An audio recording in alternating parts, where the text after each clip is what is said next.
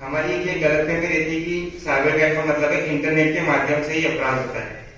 लेकिन इसका मतलब होता है कि इंटरनेट या कोई भी टेक्नोलॉजी के माध्यम से अपराध करना। जैसे एक सामान्य फोन होता है जियो वाला, जिसमें इंटरनेट नहीं है, उसके माध्यम से भी साइबर क्राइम हो सकता है। कोई मैसेज आया, ओटीपी का लिंक आया और आप उसको ओपन करें, या फिर कोई फोन आया कि आप अपना ओटीपी बताएं और उसके माध्यम से जानकारी दें, तो अपने को ये सबसे पहले तो ये पता होना चाहिए कि साइबर क्राइम का मतलब क्या होता है। तो साइबर क्राइम का मतलब है इंटरनेट या आधुनिक तकनीक के माध्यम से फ्रॉड होना। अब फ्रॉड किस रूप में हो सकता है, तो आजकल जो सबसे ज्यादा फ्रॉड चल रहा है वो है पैसों की चोरी। तो सबसे पहले फोन आता है, वो आपसे पूछता है कि आपकी लॉटरी लग गई है, आप अपना बैंक खाता नंबर बताइए और हमें आपको तुरंत पैसे भेजने हैं, इसके लिए आप एक ओटीपी नंबर बताइए।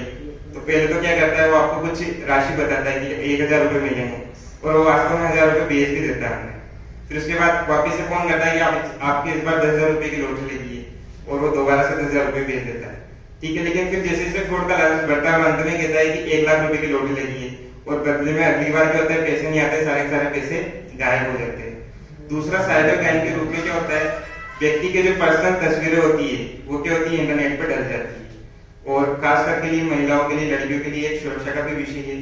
तो हमें इस संदर्भ में क्या सतर्कता रखनी चाहिए। पहली चीज तो ये है कि जो भी ऐप हम इंस्टॉल कर रहे हैं उसके बारे में जो परमिशन आती है वो बहुत सोच समझ के देनी चाहिए, क्योंकि प्ले स्टोर पर जो ऐप होती है वैसे तो सभी वेरीफाई होते हैं, लेकिन कुछ ऐप ऐसी होती है जो नई नई होती है और उसके बारे में हमें जानकारी मिलती है। कोई लिंक आता है, हम इंस्टॉल कर लेते हैं, फिर उसमें परमिशन मांगता है वो कैमरा की, कॉन्टेक्ट की, वॉइस की, वीडियो की, और हम तुरंत उस पर यस करते करते जाते हैं बिना देखे देखे। लेकिन उसके माध्यम से हमारे मोबाइल की प्रत्येक जानकारी जो है वो ऐप के पास पहुंच रही है। हम क्या बोल रहे हैं, आजकल गूगल सर्च का भी सिस्टम है, जैसे ओके गूगल के माध्यम से या एलेक्सा जो ऐप आती है, तो हम जो बोलते कुछ भी हमें लिखना होता है वो बोल करके लिखते हैं, लेकिन कई बार हमारी जो बातचीत हो रही है वो भी शेयर हो जाती है